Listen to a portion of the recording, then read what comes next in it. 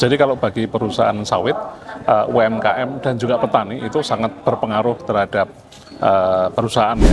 Jadi kalau kami terutama di sisi hulu itu adalah UMKM yang berada di sekitar perkebunan kelapa sawit gitu. Itu jumlahnya banyak sekali gitu. Nah, dan itu peluang bisnisnya itu sangat besar sekali. Ada dua. Yang pertama itu adalah peluang untuk memasok tandan buah segar sawit ke perusahaan kelapa sawit gitu. Kalau saya hitung-hitung peluangnya itu sampai 200 triliun rupiah dalam setahun. Itu mulai dari pertanian sendiri, angkutan transportasi gitu, supplier gitu, angkutan CPO, kemudian kontraktor misalnya pemeliharaan dan sebagainya, banyak sekali seperti itu. 200 triliun lebih gitu. Yang kedua itu adalah petani, pembudidaya dan UMKM yang terkait dengan kebutuhan pokok di perusahaan sawit. Misalnya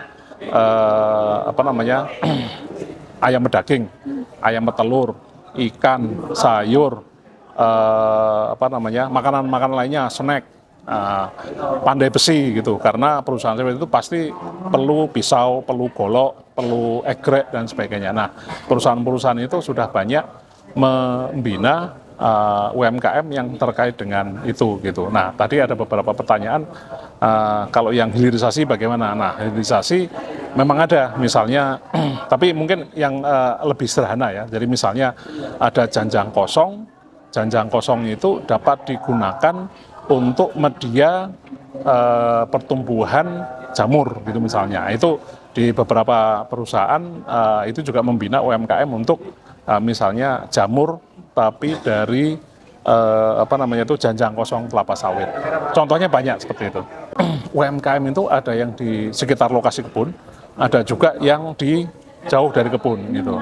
Nah, jauh dari kebun itu misalnya produk hilirisasi yang dibina oleh BPDPKS. Tapi kalau kami memang lebih banyak membina yang di sekitar kebun gitu, di sekitar kebun yang dapat memenuhi kebutuhan dari kebun atau perusahaan sawit secara umum gitu, produk maupun jasa gitu, banyak sekali gitu.